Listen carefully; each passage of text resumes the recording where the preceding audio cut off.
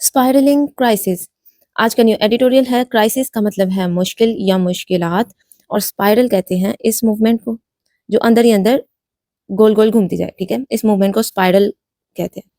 अब यहाँ पर इसका मतलब है कि ऐसी मुश्किलात जो बार बार एक के बाद एक मुश्किलात आती जा रही हैं और वो मुश्किल के अंदर ही फंसती जा रही है कोई चीज़। अब वो क्या चीज़ है हमें टाइटल से तो नहीं पता, जब तक हम एडिटोरियल ना पढ़ लें। तो हमें इस एडिटोरियल के फर्स्ट सेंटेंस में फर्स्ट वर्ड से ही पता चल रहा है कि ये ईरान के बारे में बात की जा रही है, ये किसी मुल्क की मुश्किलात के बारे में डिस्कस किया जा रहा है।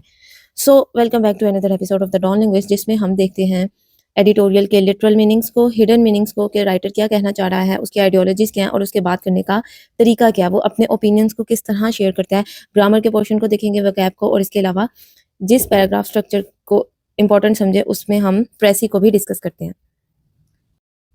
With Iran standing at the very edge of the dangerous precipice. With Iran यानी कि ईरान के साथ, स्टैंडिंग जो कि खड़ा है, एट द वेरी एज किनारे पर, वेरी मतलब बिल्कुल किनारे पर, of a dangerous precipice, dangerous खतरनाक, प्रेसिपिस कहते हैं। आपने देखा होगा कि जब आप सैर करने गए हो कहीं पे कश्मीर वाली साइड पे, तो इस तरह अगर पहाड़ी पे आप लोग यहाँ खड़े होते हो तो नीचे खाई नजर आती है, गहरी सी खाई होती है, तो वो पहाड़ इस शेप में होता है अगर कोई दूर से आपकी तस्वीर बनाए। तो इस किनारे पर खड़े होने वाले कोई जो खतरा देखना पड़ता है ना, उस चीज को कहते हैं प्रेसिपिस। के किनारे पर खड़े होते हुए जो हमारे ऊपर खतरनाक सिचुएशन बन रही है वो प्रेसिपिस कहलाती है। ठीक है, तो डेंजरस प्रेसिपिस पे खड़ा हुआ है कौन? डेंजरस खतरनाक किनारे पर खड़ा हुआ है कौन? ईरान। ये हमारे पास है। क्या बताया इन्होंने? हमें बैकग्राउंड दिया है कि ईरान के हालात बहुत बुरे हैं। ठीक है, रीजनल पावर्स, रीजन कहते हैं इलाके को, इलाके की जो भी ताकतें हैं, पावर्स, मस्ट चाहिए उनको, सेटअप के कायम करें, क्रिएट करें, एस्टेब्लिश करें, सेटअप बनाएं। क्या क्या ओके, उन्होंने यहाँ पे इनकम्प्लीट बात रखी है कि रीजनल पावर्स मस्ट सेटअप, उनको बनाना चाहिए, एंड डू और करना चाहिए। डू का मतलब होता है डू इट, करो, डू करना चाहिए, व्हाट दे कैन जो वो कर सकते हैं, कैन का मतलब होता है सकता, तो जो कोई कर सकता है रीजनल पावर्स को चाहिए वो करें। हाउ, अब कैसे करें ये सवाल है। इन आर डिप्लोमेटिक कैपेसिटी ये हाउ का आंसर करिए, कैसे करना है? डिप्लोमेटिक कैपेसिटी में करना है। डिप्लोमेटिक का लफ्ज है डिप्लोमेसी से, डिप्लोमेसी भी आपने सुना होगा, जिसे हम कहते हैं सफारती। सफारती, सफारती कहते हैं कि ऐसी कैपेसिटी, इस तरह की काबिलियत जो बातचीत से हल हो, कम्युनिकेशन से, डिप्लोमेसी से, सिर्फ बातचीत से, ना कि किसी वेपन से, ना किसी हथियार से, ठीक है, ना किसी फोर्स से, फोर्स के इस्तेमाल के बगैर जो भी हल निकले वो डिप्लोमेटिक कैपेसिटी कहलाता है। आगे सवाल आता है वाई, ये क्यों करना चाहिए? ठीक है, रीजनल पावर्स को डिप्लोमेटिक कैपेसिटी का इस्तेमाल क्यों करना चाहिए? To diffuse countries increasingly tense, कि ताकि डिफ्यूज कर दें, ख़त्म कर दें, क्या?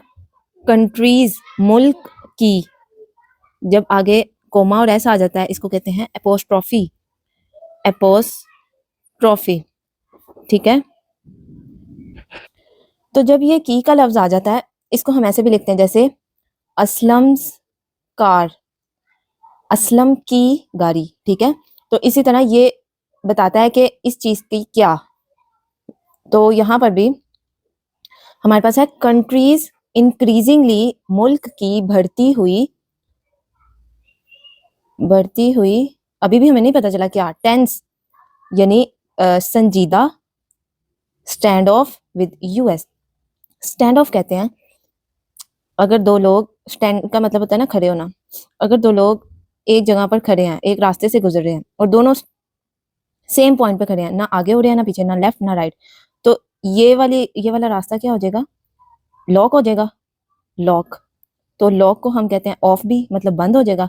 तो इस तरह खड़े हो जाना कि कोई भी चीज, कोई भी रास्ता डेडलॉक हो जाए, डेडलॉक, तो उसको कहते हैं स्टैंड ऑफ, के इस तरह से खड़े हुए हैं कि वो बिल्कुल डेडलॉक हो गया, बंद हो गया विद यूएस, यूएस के साथ।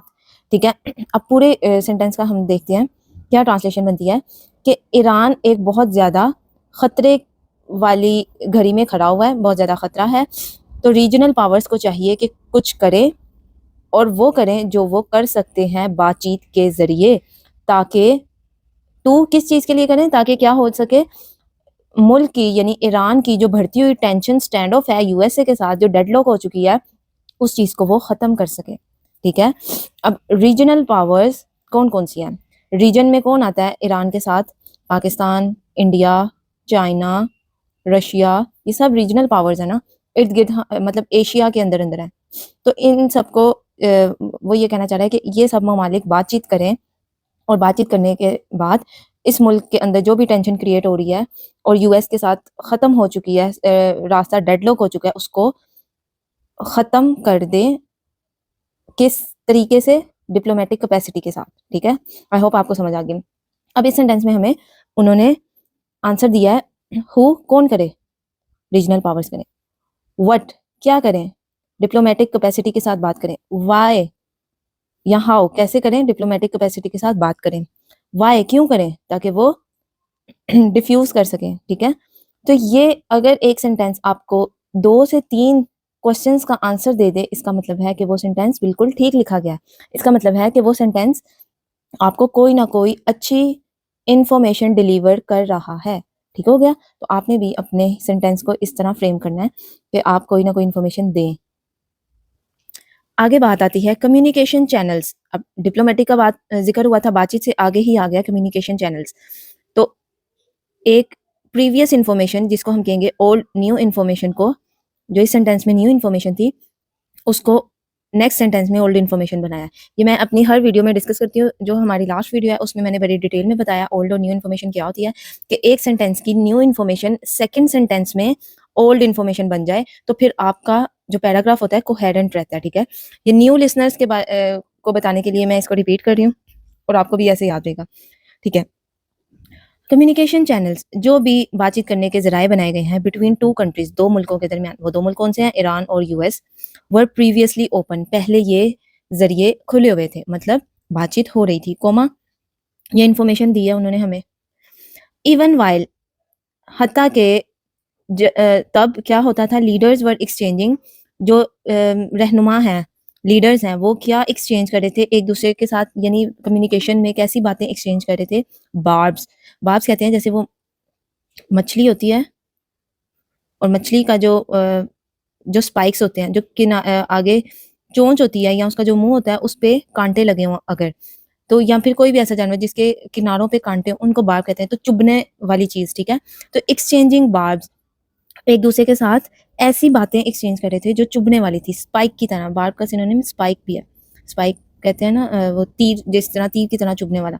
एंड और थ्रेटनिंग, थ्रेट करना किसी को धमकी देना, ईच अदर एक दूसरे को, विद एनाइलेशन, यहाँ पे एच है लेकिन वो साइलेंट है, तो हम इसकी प्रोनाउंसिएशन करेंगे एनाइलेशन। ठीक है, एनाइलेशन भी, एनाइलेशन का मतलब है टोटली डिस्ट्रक्शन या तबाही की बात करना। ठीक है, तो वो कह रहे हैं एक दूसरे को थ्रेट कर रहे थे, धमका रहे थे, एनाइलेशन के साथ, तबाही के साथ, कि हम आपकी तबाही कर देंगे, ये वो। अब यहाँ पे राइटर ये कहना चाह रहा है कि पहले बातचीत के जरिए खुले हुए थे, चाहे वो जैसी भी बात थी, वो एक दूसरे को धमका रहे थे या एक दूसरे के खिलाफ तल्ख बातें कर रहे थे, लेकिन बातचीत हो रही थी। अब राइटर का कंसर्न ये है कि अब बातचीत बिल्कुल ख़त्म हो चुकी है। ठीक है, बट द अमेरिकन प्रेसिडेंट, जो अमेरिका का सदर है, ऑन ट्यूसडे, मंगल वाले दिन, अनाउंस्ड, उसने ऐलान किया, ही वॉज, कि वो करता था, सस्पेंडिंग, कि वो सस्पेंडिंग, कि वो कर रहा है क्या, ख़त्म कर रहा है, ऑल इंगेजमेंट्स, तमाम इंगेजमेंट्स कहते हैं जब मसरूफियात को, मसरूफियात। अब हर लफ्ज़ का मतलब जो उर्दू में है हमें लाजमी नहीं वैसे ही इंग्लिश में मिले, हमें कभी कभी उस लफ्ज़ की खूबी को देखना होता है कि ये इसका क्या मतलब है। जैसे बाप था, है तो असल में मछली के किनारों को या कांटों को कहते हैं, लेकिन यहाँ पे हमने उस किनारे की खूबी देखी कि वो चुभने वाली है, तो यहाँ पे लफ्ज़ का मतलब एज अ चुभने वाला आया। ऐसे ही इंगेजमेंट्स, इंगेजमेंट वैसे कहते हैं, वो मंगनी को भी तो कहते हैं, लेकिन एक मसरूफियात को कहते हैं, एक दूसरे के साथ इंगेज हो जाना, मसरूफ हो जाना, ताल्लुक हो जाना। तो वो कह रहे हैं कि प्रेसिडेंट ने कहा कि मैं तमाम इंगेजमेंट्स, तमाम जो हलचल है, हलचल या आने जाने वाली जो चीज़ें हैं या जो भी बातें हैं, उन चीज़ों को हम सस्पेंड कर रहे हैं, यानी ईरान के साथ ताल्लुक ख़त्म कर रहे हैं, विद तेहरान। ठीक है, तेहरान के साथ, Tehran is a city of Iran, comma, and और इट सीम्स ऐसा लगता है, इट सीम्स ऐसा लगता है रीजनल एक्टर्स के जो ईरान के इर्द गिर्द ममालिक हैं, पाकिस्तान, इंडिया, ये रीजनल एक्टर्स हैं, मे हैव टू स्टॉप, उनको चाहिए कि वो स्टॉप कर दें in as mediator, I am sorry, not stop, it's step in as mediator, के रीजनल एक्टर्स को चाहिए कि स्टेप इन करें, इनमें मुदाखलत करें एज अ मीडिएटर। मीडिएटर वो होता है जो दो मुल्कों में या जो दो लोग लड़ रहे होते हैं, दो फरीक या ग्रुप्स में लड़ाई हो रही होती है, उसमें सुलह करवाने वाला जो होता है वो मीडिएटर होता है, दरमियाना, जैसे कहते हैं ना मीडियन या मीडियम, दरमियाना, ऐसे मीडिएटर इन्हीं अल्फाज से निकले। अगर आप लफ्ज़ों को एक दूसरे के साथ लिंक करें तो आपको मतलब खुद ही समझ आ जाएंगे। अब इस सेंटेंस में हमें क्या पता चला कि उन्होंने कहा कि अमेरिका ने सब चीज़ें ख़त्म कर दी हैं, ये एक फैक्ट है मतलब ऐसा हुआ है। लेकिन ये वाली जो बात है ना, इट सीम्स, ये राइटर की अपनी है, ये ओपिनियन है राइटर का। इट सीम्स उसको लग रहा है, उसकी ऑब्जर्वेशन है। तो आपने भी जब ऑब्जर्वेशन साथ देनी है तो आपने डायरेक्ट नहीं लिख देना कि इट इज़ हैपनिंग के लाइक रीजनल एक्टर्स शुड या must step in as a mediator. तो वो कह रहा है इट सीम्स कि ऐसा लगता है कि इनको करना चाहिए, इनको मुदाखलत करनी चाहिए, कि मैं बिल्कुल स्ट्रेट फॉरवर्ड नहीं कह सकता, मुझे अपनी बात में, राइटर को अपनी बात में थोड़ा सा एज रखना पड़ता है कि मैं सही बात कर रहा हूँ या गलत, मेरे खिलाफ कोई बात नेगेटिव भी कोई इसको रिस्पॉन्स कर सकता है। तो राइटर ने उस एज को रखते हुए कहा इट सीम्स। अगर आप डेली का एक पैराग्राफ भी पढ़ें तो आपको बहुत कुछ सीखने को मिलेगा। इट सीम्स से मुझे लास्ट एडिटोरियल जो कि हमारी लास्ट वीडियो है वहाँ पे भी मैंने ये डिस्कस किया था, तो वहाँ पे जो वर्ड यूज़ हुआ था वो था इट अपीयर्स टू बी, ऐसा जाहिर होता है, अपीयर्स टू हैव या अपीयर्स टू बी। तो जब आपने भी अपनी ओपिनियन या अपनी ऑब्जर्वेशन को लिखना है तो आप इस तरह लिखें तो ज़्यादा बेहतर है। एनदर वॉर, एक और जंग, इन दिस नेबरहुड, इसके नेबरहुड में, इसके हमसाए ममालिकों में, विल ट्रिगर करेगी, उकसाएगी, सीरियस कॉन्सिक्वेंसेज, बहुत ज़्यादा सीरियस नताइज को उकसाएगी, फॉर रीजनल स्टेबिलिटी, किस चीज़ के लिए बुरे नताइज होंगे कि पूरे इलाके की, पूरे रीजन की जो स्टेबिलिटी है वो ख़राब हो जाएगी, उसके लिए सीरियस कॉन्सिक्वेंसेज होंगे। एंड शुड, देयरफॉर, और फिर therefore, be avoided at all cost. अब यहाँ पर उन्होंने शुड बी इकट्ठा लिखते हैं ना हमेशा, इट शुड बी डन, कि ये होना चाहिए। अब जब शुड बी को अलग करके बीच में आ गया ना देयरफॉर कोमा के साथ, इसका मतलब है इस पे जोर दिया जा रहा है कि ये लाजमी लाजमी होना चाहिए। क्या होना चाहिए? वो कह रहे हैं कि another war should be avoided at all cost, किसी और जंग को लाजमी नहीं होना चाहिए, अवॉइड करना चाहिए हर कीमत पर। ठीक है, अगर आप इसको किसी टोन में पढ़ें तो आपको प्रेशर या टेंशन नजर आएगी राइटर की कि वो क्यों ऐसा कहना चाह रहे हैं। ज़्यादा अल्फाज से घबराना नहीं है, बल्कि उसको एक टोन में, एक लहजे में पढ़ने की ज़रूरत होती है। Another war in this neighborhood will trigger serious consequences for regional stability and should therefore be avoided at all cost। समझ आई? Okay, there is no denying, इस चीज़ का कोई इनकार नहीं है कि क्राइसिस, मुश्किलात विद इन ईरान, ईरान के अंदर इज़ वेरी रियल, कि सच्ची हैं, ये बहुत, इस चीज़ में कोई बात नहीं कि ईरान के अंदर जो मुश्किलात चल रही हैं वो रियल हैं। अब वो मुश्किलात क्या हैं? वो मुश्किलात ये हैं कि इकोनॉमी गिर चुकी है, यूएस डॉलर की प्राइस बहुत ज़्यादा बढ़ गई है, उनका जो ईरान का रियाल है वो, उसकी कीमत गिर चुकी है। आई गेस 14 लाख रियाल का $1 है। ठीक है, 14 लाख का। तो इस वजह से जितनी भी प्रोडक्ट्स ईरान में आती हैं और लोग ख़रीदते हैं उनके लिए बहुत ज़्यादा महंगाई का सामना करना पड़ रहा है। लोग बहुत ज़्यादा परेशान हैं, वो अपनी डेली की जो नीड्स हैं, रोज़ की ज़रूरियात हैं, उनको पूरा नहीं कर पा रहे। उनके पास इतने पैसे नहीं हैं लाखों की तादाद में कि वो छोटी-छोटी चीज़ें को ख़रीदें। तो इस चीज़ को, इकोनॉमी जो ख़राब हुई है उसकी वजह से लोगों ने क्या किया है, प्रोटेस्ट किया है। लोग बहुत ज़्यादा गुस्से में आ गए हैं, उन्होंने धरने दिए, प्रोटेस्ट किया। प्रोटेस्ट करने के बाद क्या हुआ, इंटरनल सूरत हाल ख़राब हो गई। जब इंटरनल ख़राब हुई तो मुल्क के हालात ज़्यादा ख़राब हो गए, तो यूएस ने इंटरफेयर कर दिया। यूएस ने जब इंटरफेयर किया तो पहले बातचीत से मसला हल हो रहा था, लेकिन अब वो बातचीत से भी हल नहीं हो रहा, तो यूएस ने मज़ीद उन पर पाबंदियाँ लगा दी, सैंक्शंस लगा दी हैं। ये सारा बैकग्राउंड है और सारा कॉन्टेक्स्ट है। अब वो कह रहे हैं पाबंदियाँ ये लगाई है कि जो भी ईरान के साथ कोई भी काम करने की कोशिश करेगा, इम्पोर्ट एक्सपोर्ट करेगा, उसको 25% एक्स्ट्रा टैक्स देना पड़ेगा। जो भी ईरान के साथ एक्सचेंजिंग करेगा या कोई ऑयल की एक्सचेंजिंग करेगा तो उसके ऊपर अलग पाबंदियाँ लगाई हैं। उस मुल्क पे भी लाइक पाकिस्तान पे भी, इंडिया पे भी ऐसे लगा देंगे 25%।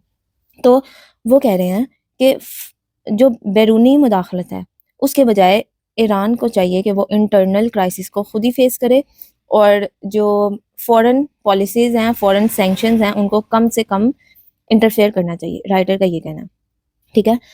देयर इज़ नो डिनाइंग, इस बारे में कोई भी इनकार नहीं है कि ईरान की जो भी क्राइसिस हैं वो रियल हैं। इट्स पीपल, इसके जो लोग हैं, किसके लोग? ईरान के जो लोग हैं, सीम एग्रीव्ड, बहुत ज़्यादा गुस्से में हैं, और ऐसा गुस्सा जो नाराज़ भी हैं। और किस वजह से? ईरान की अपनी हरकतों की वजह से। सॉरी, मतलब एग्रीव्ड का मतलब बता रही हूँ कि किसी और की वजह से गुस्सा होना और नाराज़ होना